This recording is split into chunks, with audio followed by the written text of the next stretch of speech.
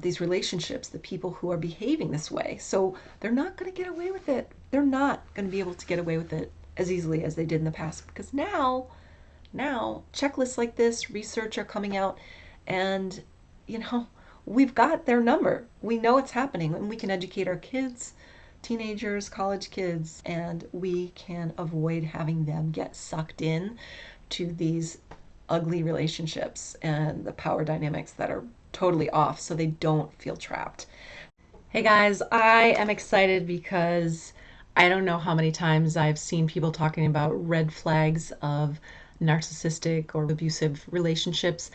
And, we all have our own thoughts about what that is, but I love that my friend Helen, shout out to Helen, sent me this article where in Canada they did research to determine what are the things that people need to be on the lookout for early on in relationships so that they don't get stuck in these abusive relationships, because it's been pretty evident over the last many years where people have been talking about narcissistic abuse, emotional abuse, control, these abuse dynamics. Everywhere you look, there is a channel, a podcast, a blog, a social media channel about things to watch out for.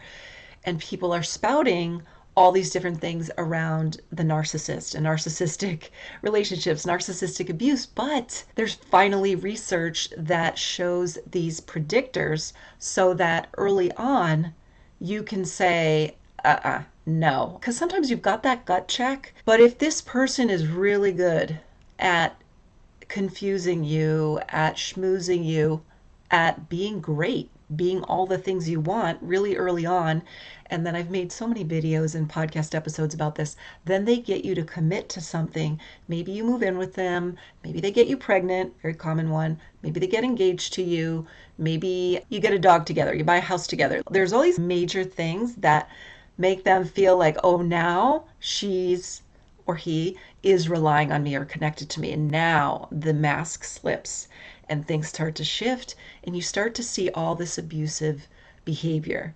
And I think it's about an 18-month thing where they can keep it going for only so long. It's around there. That's the pattern that I've seen. That's just me. It's my observation. So in Canada, the University of Ontario, what they found is that because there's so many people getting stuck in these relationships and they can't extract themselves because they've either become so committed or they've relinquished all their power. So they left their job, they left their apartment, they're isolated from their family, maybe now they're pregnant, or maybe they have multiple children. They've given up a lot. Maybe they even moved to another country. Oftentimes when that happens, it makes it very, very difficult to get out of these relationships. The University of Western Ontario in Canada, their aim was to find out what the indicators are, what is the questionable behavior that you can look out for. What they wanted to see is what are the things that will potentially result in intimate partner violence, emotional abuse, all the things. Some of these things we dismiss early on and they can snowball. And this is an article from CNN, so I'm going to put that in the show notes. And so this is the list. I have it in front of me if you're watching the video. It's a long list. It's 16 things that they say you should look for. They're just saying if you see a few of these, maybe some of them can be worked out, but even just a few could and should give you reason to pause and reflect, because it does indicate this future abuse in a strong way. Be very careful about boundaries up front. So if you know some of these things, then you can obviously look out for them, but you can also signal to the other person like, hey, this is not okay. This is not going to be acceptable. And then watch to see if they are observing your boundaries or not. That is one of the flags. One of the things they say to look for early on, that's in the list, if your partner blames their ex for everything, that's a red flag right there. If you know that person, you could also ask their friends, is it really true that their ex was like this, right? But is it really possible that every single thing is the ex's fault? Probably not. And obviously they're saying if there's actual physical abuse happening, definitely call an abuse hotline. I can put some of those in the show notes as well. 1-800-THE hotline is if you're in the US. They also have text messaging. They have an easy, quick exit if you're being digitally followed, watched by your controlling partner. There's a quick exit. You can chat You don't have to make a phone call. They've made it really easy to reach out to them to try to get support. So these are the 16 traits. 1, you and your partner have, even though you're not in the mood. You should never have to have intimate relations with your partner when you're not in the mood. If it's expected, even when you're not in the mood, they're obviously not respecting your needs. That is a huge flag. Number 2, you feel like you can't ever say no to your partner. Even small things you can't say no, because maybe you're expecting a huge reaction, you're walking on eggshells. So in order to avoid that conflict, or even guilt brokering, name calling, other things, a huge escalated fight, you just go with the flow and you just go along, even though you really want to say no. That's a big one. 3, your partner doesn't admit when they're wrong. So this goes along with number 2, in my opinion, because if you're like, no, that's not what happened, it's this, and they're enraged and they can never take responsibility or admit that they did something that was hurtful or wrong or inappropriate or anything like that. Number 4, your partner compares you to other people, and most likely in a hurtful way. That's just disrespectful, not loving, not kind. Why would you want to be with somebody like that? Number 5, your partner reacts negatively when you say no to something they want. Again, that's all with the no. So if they ask you to go somewhere, ask you to get something, ask you to buy something, ask you to use your credit card to buy them something, or co-sign a loan, or lend them money, or whatever. It can be something even small, but those large things happen all the time because they know how hard it is for you to say no.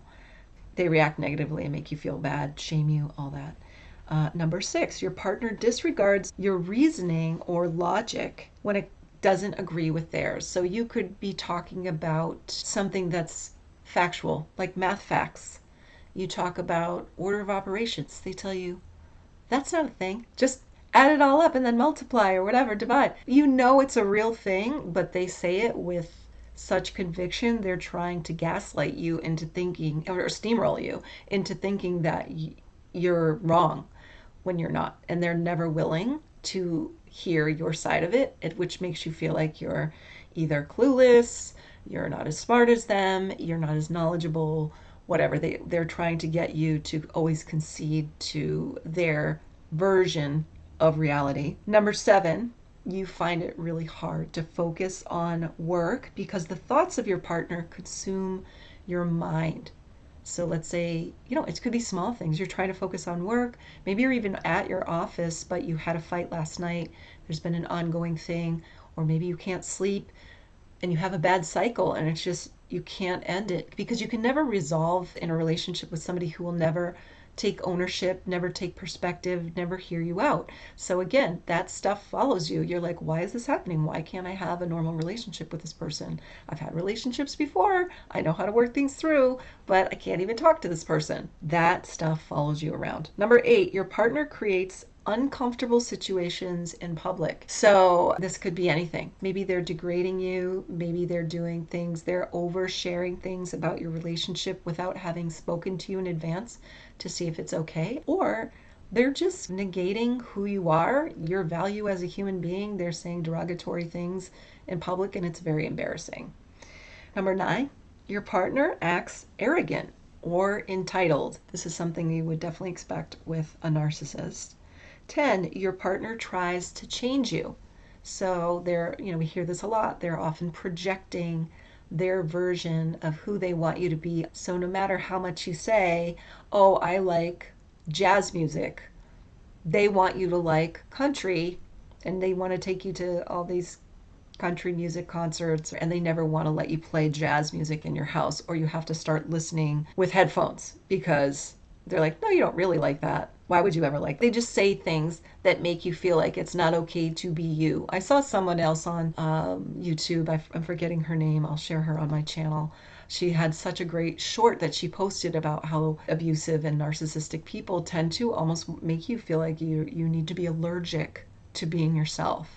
So you have to hide it, and you never feel confident or appreciated for who you actually are. They're always trying to change you or negate those really strong aspects of who you are. Your partner is unsupportive of you. I think that goes along with wanting to change you. So you say, I'm gonna go take a course on nursing, or I'm gonna go to a conference, or I wanna learn how to arrange flowers. They'll be like, well, why would you need to do that?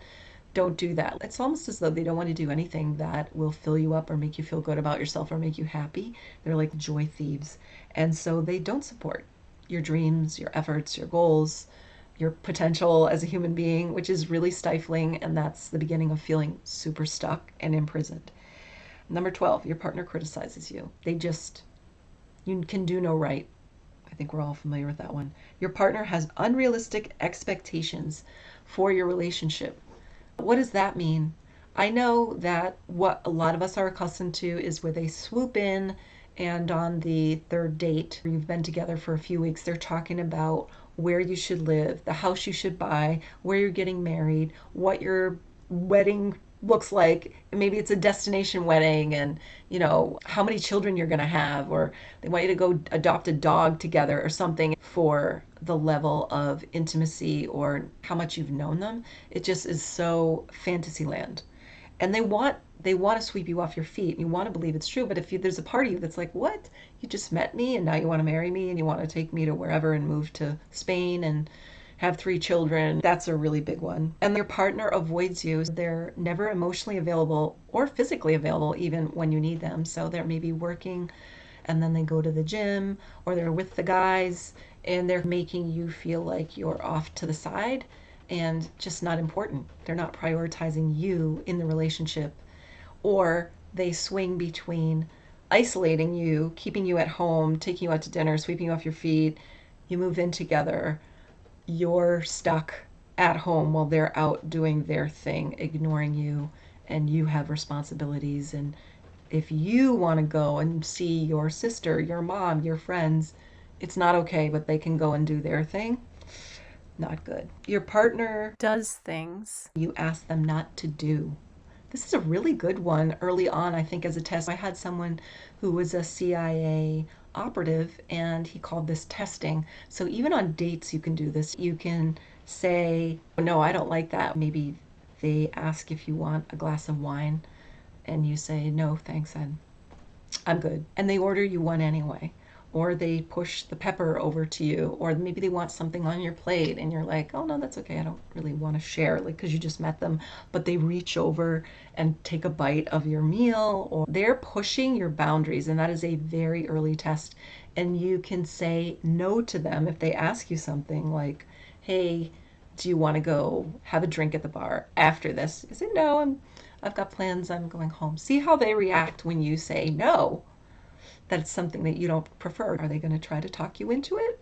Are they going to go on and be relentless? Or are they going to actually listen and respect your boundaries? Say, okay, well, maybe next time. What time do you need to get to your thing after our date?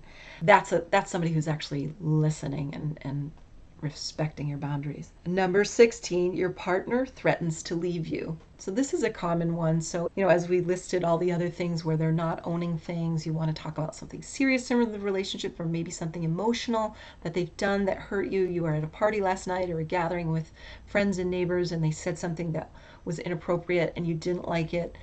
Maybe you couldn't stop them in the moment that night, but you wanted to talk about it the next day, but they're just not even able to listen and they're accusing you of starting a fight.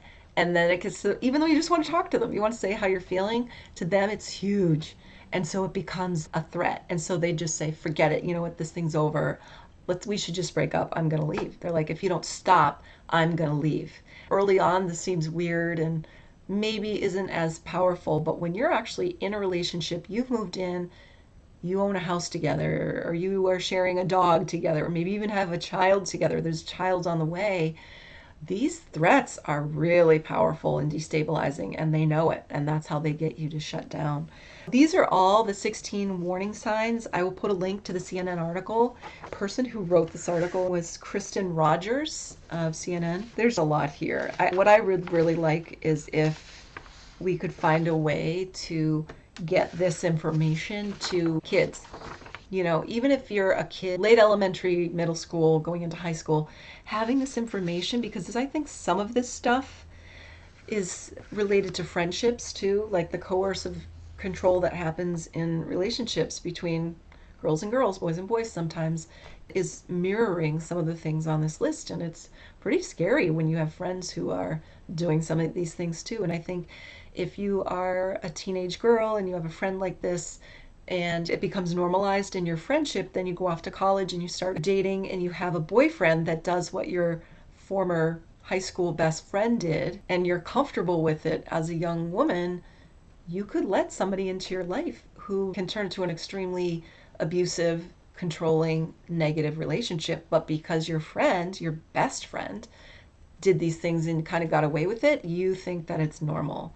So if you're a parent listening to this and you have kids who are above, I don't know, age 12, it's something to talk about for sure, because it really can determine the future of these relationships and what is healthy and what is not.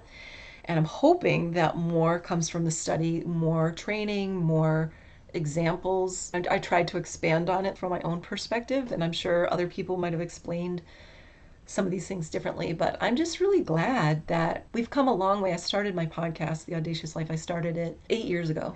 And at that point, there were not a lot of podcasts. There was not a lot of information about these types of things in abuse, because you would be in it questioning yourself.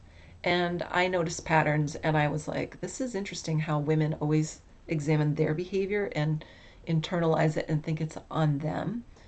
And then I saw more and more women were experiencing this, and I started talking to these experts, and just I would say all of this stuff has just increased exponentially. These relationships, the people who are behaving this way, so they're not going to get away with it. They're not going to be able to get away with it as easily as they did in the past, because now checklists like this, research are coming out, and we've got their number. We know it's happening, and we can educate our kids, teenagers, college kids, and we can avoid having them get sucked in to these ugly relationships and the power dynamics that are totally off, so they don't feel trapped.